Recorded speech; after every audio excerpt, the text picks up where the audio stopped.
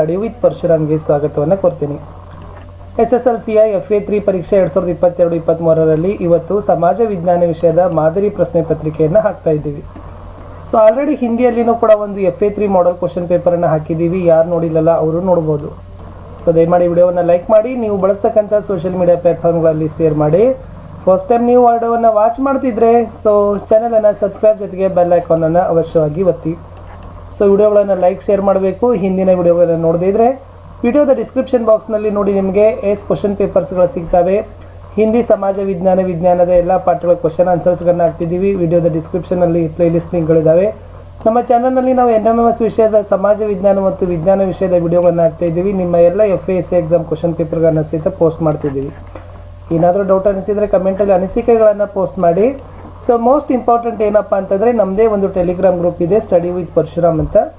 ಅದರ ಲಿಂಕನ್ನು ಈ ವಿಡಿಯೋದ ಡಿಸ್ಕ್ರಿಪ್ಷನ್ ಬಾಕ್ಸ್ನಲ್ಲಿ ಹಾಕಿದ್ದೀನಿ, ಅದಕ್ಕೂ ಕೂಡ ಬಂದು ಜಾಯ್ನ್ ಆಗಿ. ಹಾಗಾದರೆ FA3 ಕ್ವಶನ್ ಪೇಪರನ್ನು ನೋಡೋಣ. ಸೋಷಿಯಲ್ ಸೈನ್ಸಲ್ಲಿ SSLCಗೆ ಸಂಬಂಧಪಟ್ಟಂತೆ ಈ ಕ್ವಶನ್ ಪೇಪರ್ ಇತ್ತು.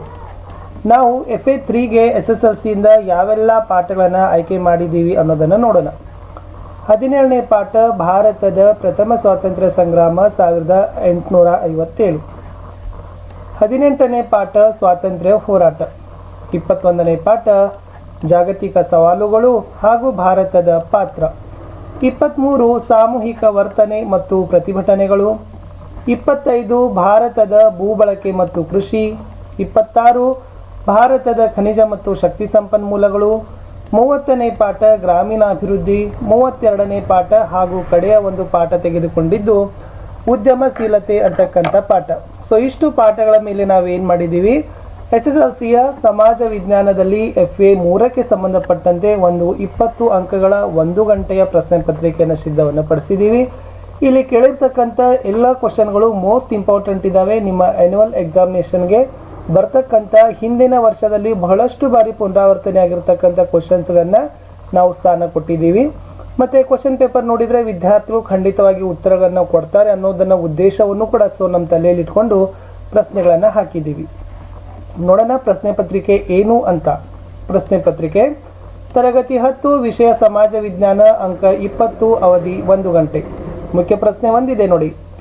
ಈ ಕೆಳಗಿನ ಪ್ರಶ್ನೆಗಳಿಗೆ ಅಪೂರ್ಣ ಹೇಳಿಕೆಗಳಿಗೆ 4 ಆಯ್ಕೆ ಕೊಡಲಾಗಿದೆ.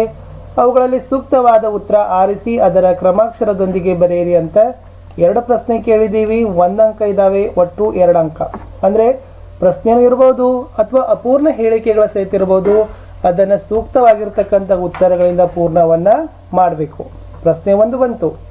1857ರ ಹೋರಾಟವನ್ನು ಬ್ರಿಟಿಷ್ ಇತಿಹಾಸಕಾರರು ಡ್ಯಾಶ್ ಎಂದು ಕರೆದಿದ್ದಾರೆ.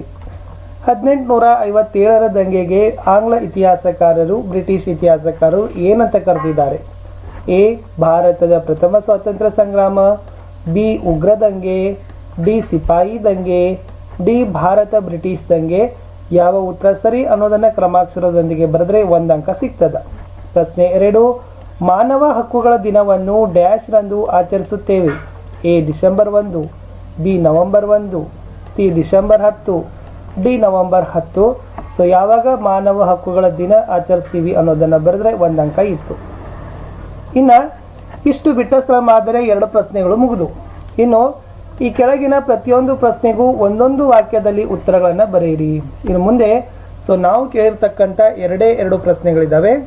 ಆ 2 ಪ್ರಶ್ನೆಗಳನ್ನು ತಾವೇನು ಮಾಡಬೇಕು, ಒಂದೊಂದೇ ವಾಕ್ಯದಲ್ಲಿ ಉತ್ತರಗಳನ್ನು ಬರೆದ್ರೆ ತಲಾ 1 ಅಂಕ ಬರ್ತದೆ. ಒಟ್ಟು 2 ಅಂಕಗಳನ್ನು ಈ ಮಾದರಿಯ ಪ್ರಶ್ನೆಗೆ ಇಟ್ಟಿದ್ದೀವಿ. ಪ್ರಶ್ನೆ 3 ಇತ್ತು, ಸಮೂಹ ವರ್ತನೆ ಎಂದರೆ ಏನು? ಪ್ರಶ್ನೆ 4, ಭಾರತದಲ್ಲಿ ಅತಿ ಹೆಚ್ಚು ಕಬ್ಬಿಣದ ಅದಿರಿನ ನಿಕ್ಷೇಪ ಹೊಂದಿರೋ ರಾಜ್ಯಗಳು ಯಾವುವು ಅಂತಕ್ಕಂಥದ್ದನ್ನು 2 ರಾಜ್ಯಗಳನ್ನ ಹೆಸರನ್ನ ಬರೆದರೂ ಕೂಡ ಏನು ಮಾಡ್ತಾರಪ್ಪ ಅಂದರೆ 1 ಅಂಕ ಕೊಡ್ತಾರೆ. ಸೊ ಈ ಥರ 3 ಮತ್ತು 4ನೇ ಪ್ರಶ್ನೆಗಳಿಗೆ ಒಂದೊಂದೇ ವಾಕ್ಯದಲ್ಲಿ ಉತ್ತರಗಳನ್ನು ಬರೆದು ಅಂಕಗಳನ್ನು ಗಳಿಸಬೇಕಿತ್ತು. ಇನ್ನು 3ನೇ ವಿಭಾಗದಲ್ಲಿ ನಾವು ನೋಡೋದಾದರೆ ಕೆಳಗಿನ ಪ್ರತಿಯೊಂದು ಪ್ರಶ್ನೆಗೆ 2 ರಿಂದ 4 ವಾಕ್ಯ ಅಥವಾ ಅಂಶಗಳಲ್ಲಿ ಉತ್ತರಿಸಿರಿ. ಸೊ ಈ ಕೆಳಗಿನ ಪ್ರಶ್ನೆಗಳಿಗೆ 2 ರಿಂದ 4 ವಾಕ್ಯಗಳಲ್ಲಿ ಬರೀಬೇಕು. ಅಂದರೆ ಮಿನಿಮಮ್ 2 ರಿಂದ 4 ಅಂಶ ಪಾಯಿಂಟ್ಸ್ಗಳನ್ನಾದರೂ ಕೂಡ ಆ ಪ್ರಶ್ನೆಗಳಿಗೆ ಉತ್ತರಗಳನ್ನು ತಾವುಗಳು ಬರೀಬೇಕು. ಒಟ್ಟು ಈ ಥರ 5 ಪ್ರಶ್ನೆ ಕೇಳಿದ್ದೀವಿ. ಒಂದೊಂದಕ್ಕೆ 2 ಅಂಕ, ಒಟ್ಟು 10 ಅಂಕ. ಪ್ರಶ್ನೆ 5, ಪ್ರಥಮ ಸ್ವಾತಂತ್ರ್ಯ ಸಂಗ್ರಾಮಕ್ಕೆ ತತ್ಕ್ಷಣದ ಕಾರಣಗಳು ಯಾವುವು? ಎಸ್, 1857ರ ದಂಗೆ ಆಗ್ತದ ವಿದ್ಯಾರ್ಥಿಗಳೇ. ಆ 1857ರ ದಂಗೆಗೆ ತತ್ಕ್ಷಣದ ಕಾರಣ ಏನಿತ್ತು ಅನ್ನೋದನ್ನು ತಾವುಗಳು ಬರಿಬೇಕಿತ್ತು. ಸೊ ಇದನ್ನು ಕೂಡ 2ರಿಂದ 4 ಅಂಶಗಳಲ್ಲಿ ಅಥವಾ ವಾಕ್ಯಗಳಲ್ಲಿ ಬರಿಬೇಕು. ಪ್ರಶ್ನೆ 6, ಭಯೋತ್ಪಾದಕತೆಯ ನಿಗ್ರಹಕ್ಕೆ ಭಾರತವು ಕೈಗೊಂಡಿರುವ ಕ್ರಮಗಳು ಯಾವುವು? ಎಸ್, ನಿಗ್ರಹ ಅಂದರೆ ಕಡಿಮೆ ಮಾಡಲಿಕ್ಕೆ, ದಮನ ಮಾಡಲಿಕ್ಕೆ, ತೊಲಗಿಸ್ಲಿಕ್ಕೆ. ಹಾಗಾದರೆ ಭಯೋತ್ಪಾದಕತೆ ನಿಗ್ರಹ ಆಗಬೇಕಾದ್ರೆ ಸೊ ನಮ್ಮ ಭಾರತ ಯಾವೆಲ್ಲ ಕ್ರಮಗಳನ್ನ ಕೈಗೊಂಡಿದ್ದಾವೆ ಅನ್ನೋದನ್ನು ತಾವು ಬರೆದ್ರೆ ಸೊ ಇಲ್ಲಿನೂ ಕೂಡ 2 ಅಂಕ ಸಿಗ್ತದ. ಮಹಿಳಾ ಸ್ವಸಹಾಯ ಸಮೂಹಗಳ ಪ್ರಾಮುಖ್ಯತೆಯನ್ನು ವಿವರಿಸಿರಿ. ಎಸ್, ಸೆಲ್ಫ್ ಹೆಲ್ಪ್ ಗ್ರೂಪ್ ಅಂತೀವಿ, ಸ್ವಸಹಾಯ ಸಂಘಗಳು, ವಿಶೇಷವಾಗಿ ಮಹಿಳಾ ಸ್ವಸಹಾಯ ಸಂಘಗಳು. ಹಾಗಾದರೆ ಈ ಮಹಿಳೆಯರೇ ಕಟ್ಟಿಕೊಳ್ತಕ್ಕಂಥ ಸ್ವಸಹಾಯ ಸಮೂಹಗಳ ಪ್ರಾಮುಖ್ಯತೆ ಏನು ಅದನ್ನು ಬರೀಬೇಕಿತ್ತು. ಪ್ರಶ್ನೆ 8 ಗ್ರಾಮೀಣ ಅಭಿವೃದ್ಧಿಯ ಮಹತ್ವವನ್ನು ಬರೆಯಿರಿ. ಪ್ರಶ್ನೆ 9 ಉದ್ಯಮಶೀಲತೆಯ ಗುಣಲಕ್ಷಣಗಳು ಯಾವುವು? ಸೊ ಈ ಥರ ನಾವೇನು ಮಾಡಿದ್ವಪ್ಪ ಅಂದರೆ ಹಿಸ್ಟ್ರಿಯಿಂದ ಆಗಿರ್ಬೋದು, ಮತ್ತು ಸಮಾಜಶಾಸ್ತ್ರದಿಂದ ಆಗಿರ್ಬೋದು, ಅರ್ಥಶಾಸ್ತ್ರದಿಂದ, ವ್ಯವಹಾರ ಅಧ್ಯಯನ ವಿಭಾಗದಿಂದ ನಾವು ವೇಟೇಜ್ಗಳನ್ನು ಕೊಟ್ಟು ಸೊ ಮೋಸ್ಟ್ ಇಂಪಾರ್ಟೆಂಟ್ ಆಗಿರ್ತಕ್ಕಂಥ 2 ಅಂಕಕ್ಕೆ ಬರ್ತಕ್ಕಂಥ 5 ಪ್ರಶ್ನೆಗಳನ್ನು 10 ಅಂಕಕ್ಕೆ ಕೇಳಿದ್ದೀವಿ. ಪ್ರಶ್ನೆ ಪತ್ರಿಕೆ 4ನೇ ಭಾಗ. ಕೆಳಗಿನ ಪ್ರತಿಯೊಂದು ಪ್ರಶ್ನೆಗೂ 6 ವಾಕ್ಯ ಅಥವಾ 6 ಅಂಶಗಳಲ್ಲಿ ಉತ್ತರಗಳು ಬರೀಬೇಕಿತ್ತು. 2 ಪ್ರಶ್ನೆ ಇದ್ದಾವೆ, ಒಂದೊಂದಕ್ಕೆ 3 ಅಂಕ, ಒಟ್ಟು 6 ಅಂಕ. ಪ್ರಶ್ನೆ 10 ಸ್ವಾತಂತ್ರ್ಯ ಹೋರಾಟದಲ್ಲಿ ಸುಭಾಷ್ ಚಂದ್ರ ಬೋಸ್ರವರ ಸಾಧನೆಗಳನ್ನು ವಿವರಿಸಿರಿ.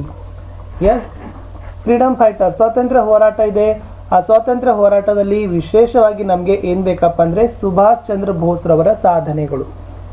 ಅವರ ಸಾಧನೆಗಳನ್ನು ತಾವೇನು ಮಾಡಬೇಕು 6 ವಾಕ್ಯಗಳಲ್ಲಿ ಅಥವಾ 6 ಅಂಶಗಳಲ್ಲಿ ಕೂಡ ಬರೆದ್ರೆ ಏನಾಗ್ತದಪ್ಪ ಅಂದ್ರೆ ಡೆಫಿನೆಟ್ ಆಗಿ ನೀವು 3 ಅಂಕಗಳನ್ನು ಪಡಿತೀರಿ. ಪ್ರಶ್ನೆ ಪತ್ರಿಕೆ ಕಡೆಯ ಕ್ವಶನ್ಸ್ಗೆ ಹೋಗೋಕ್ಕಿಂತ ಮುಂಚೆ ದಯಮಾಡಿ ವಿಡಿಯೋಗಳನ್ನು ಲೈಕ್ ಹಾಗೂ ಶೇರ್ ಮಾಡಲು ಮರೆಯದಿರಿ. ಇದೇ ತರನಾಗಿ ವಿಜ್ಞಾನ ವಿಷಯದಲ್ಲಿನೂ ಕೂಡ FA3 question paper video lineup ಅಲ್ಲಿದೆ.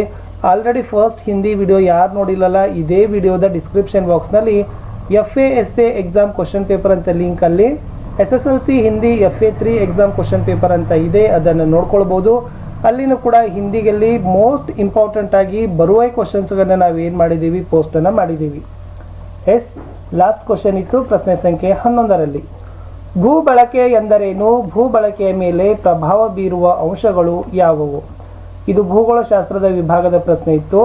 ಭೂ ಬಳಕೆಯ ಅರ್ಥ ಬರೀಬೇಕು, ಮತ್ತು ಈ ಭೂ ಬಳಕೆ ಮೇಲೆ ಪ್ರಭಾವವನ್ನು ಬೀರ್ತಕ್ಕಂಥ ಅಂಶಗಳನ್ನು ಬರೆದಿದ್ದೆ ಆದರೆ ನಿಮ್ಗೆ ಎಷ್ಟು ಮಾರ್ಕ್ಸ್ ಸಿಗ್ತದಪ್ಪ ಅಂದ್ರೆ 3 ಮಾರ್ಕ್ಸ್ ಸಿಗ್ತದೆ ಅಂತ ನಾವೇನು ಮಾಡ್ಬೋದು ಹೇಳ್ಬೋದು. ಇಷ್ಟೇ ಇತ್ತು ವಿದ್ಯಾರ್ಥಿಗಳೇ. ಸೊ ನಾನು ಮತ್ತೆ ಸಿಗ್ತೀನಿ ನಿಮಗೆ ಹೊಸದಾಗಿರ್ತಕ್ಕಂಥ ವಿಡಿಯೋದಲ್ಲಿ. ವಿಡಿಯೋಗಳನ್ನು ಲೈಕ್, ಶೇರ್, ಸಬ್ಸ್ಕ್ರೈಬ್ ಮಾಡಲು ಮರೆಯದಿರಿ. ಬಾಯ್.